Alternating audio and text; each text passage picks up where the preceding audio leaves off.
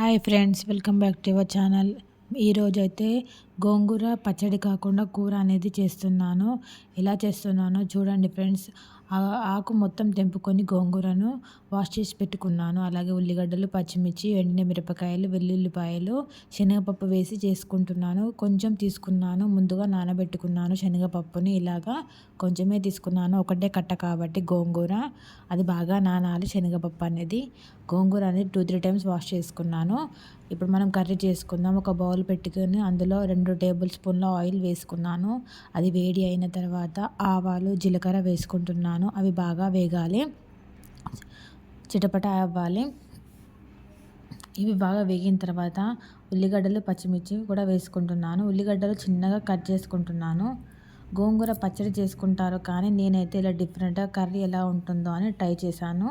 చూడండి ఫ్రెండ్స్, ఇవి బాగా వేగాలి. పచ్చిమిర్చి, ఉల్లిగడ్డలు, అలాగే ఎండిన మిరపకాయలు కూడా వేసుకుంటున్నాను. 2 తీసుకున్నాను ఎండిన మిరపకాయలు. ఇవి కూడా కొంచెం వేగాలి. నేను వెల్లుల్లిపాయలు తీసుకున్నాను, దంచుకోలేదు, చిన్నగా కట్ చేసుకున్నాను వెల్లుల్లిపాయలు కూడా. అవి కూడా వేసుకుంటున్నాను. ఇవి బాగా వేగింది పోపు. వెల్లుల్లిపాయలు వేసుకుంటున్నాను. వెల్లుల్లిపాయలు కూడా కొంచెం ఆయిల్లో వేగితే చాలా బాగా ఉంటుంది టేస్ట్. ఇవి కూడా బాగా వేయించుకున్నాను. ఆ తర్వాత కొంచెం పసుపు కూడా వేసుకుంటున్నాను.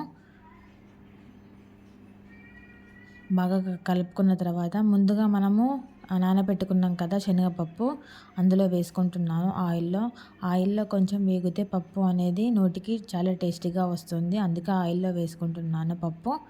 పప్పు బాగా వేగాలి ఆయిల్లో. ఆ తర్వాత మనం గోంగూర కడిగి పెట్టుకున్నాం కదా వాష్ చేసి, అది ఆయిల్లో వేసుకుంటున్నాను. నేను కట్ చేసుకోలేదు, ఇట్లనే వేసేసుకుంటున్నాను. ఆకులు ఇలానే వేసుకుంటారు పచ్చడికి కూడా. ఇలా వేసుకున్నాను. ఇలా వేసుకొని బాగా కలుపుకుంటున్నాను. అది తొందరగా ఉడికిపోయింది గోంగూర అనేది. చూడండి, మెత్తగా అయిపోయింది. పచ్చడి కూడా చేసుకుంటారు, కాకపోతే నేను ఇలా డిఫరెంట్గా ఉంటుంది కర్రీ ఎలా ఉంటుందని ఇలా ట్రై చేశాను. ఇలా అయిపోయింది ఉడికి. లాస్ట్కి కొంచెం కారం కూడా వేసుకుంటున్నాను. ఇది కారమే, కాకపోతే కలర్ ఇట్లా అయిపోయింది.